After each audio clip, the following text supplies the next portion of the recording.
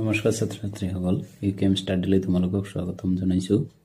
আজি আৰু এটা নতুন ভিডিঅ' লৈ তোমালোকৰ আগলৈ আহিছোঁ।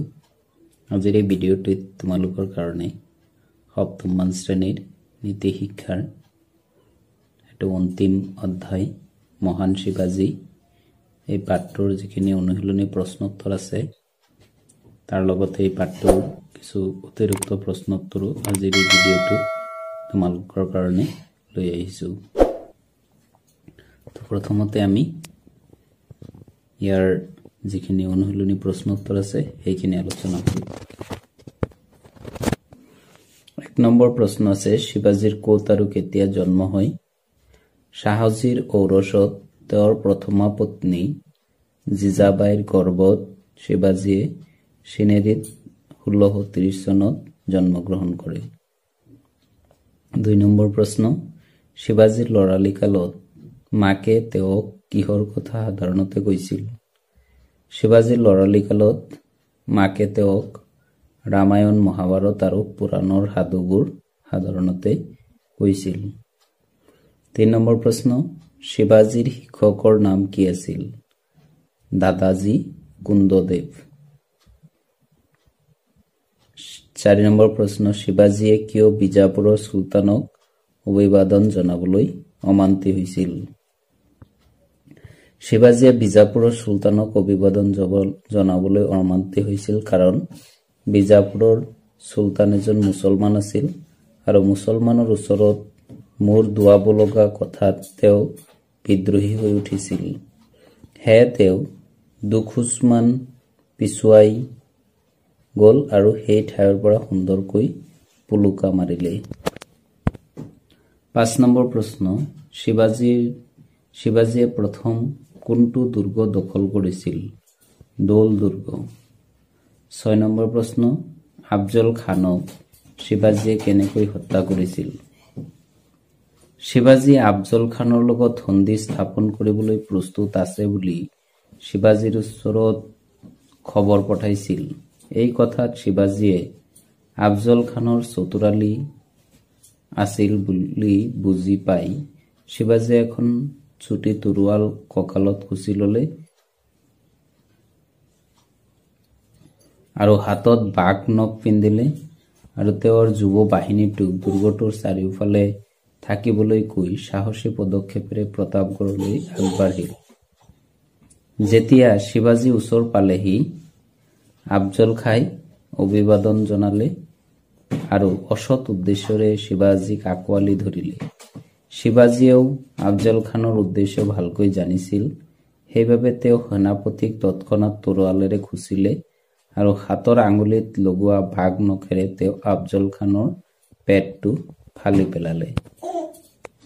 7 নম্বৰ প্ৰশ্ন, দিল্লী কাৰাগাৰৰ পৰা শিৱাজী আৰু তেওঁৰ পুতেক কেনেকৈ পলাই গৈছিল?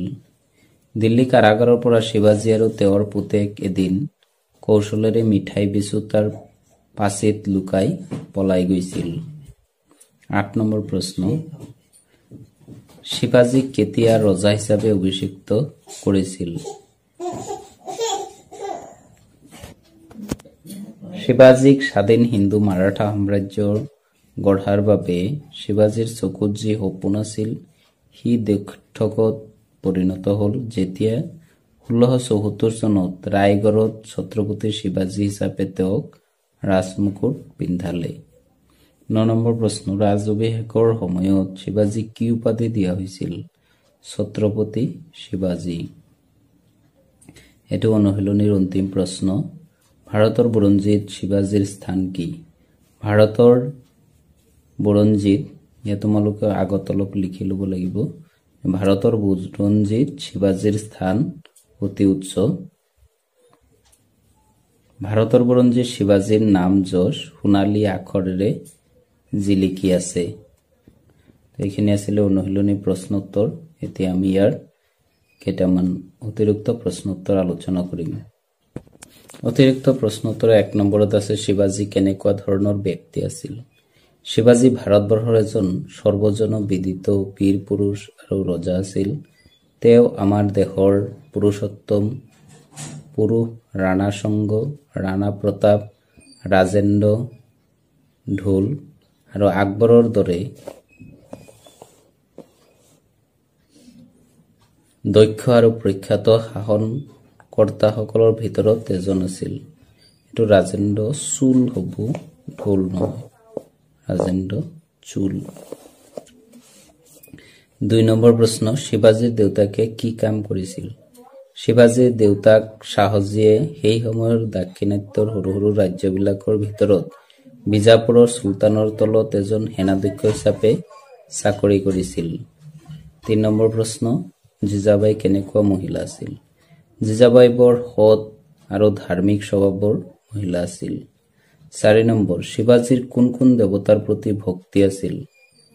মহাপ্ৰভু শিৱ আৰু বংশৰ ইষ্টদেৱী মা ভৱানী। 5 নম্বৰ প্ৰশ্ন, শিৱাজীৰ দাদাজীয়ে ক'ত বাস কৰিছিল? কৰ্ণাটকত। শিৱাজীৰ দাদাজী কেনেকুৱা ব্যক্তি আছিল? শিৱাজীৰ দাদাজী কুন্দুদেৱ এজন ডাঙৰ বিদ্বান পণ্ডিত আছিল। দাদাজী কেৱল এজন শিক্ষকেই নাছিল, শিৱাজীৰ কাৰণে তেওঁ এজন জ্ঞানদাতা আৰু পথ প্ৰদৰ্শকো আছিল। শিৱাজীয়ে কি কি দুৰ্গ জয় কৰিছিল? প্ৰতাপগড় আৰু ৰায়গড়।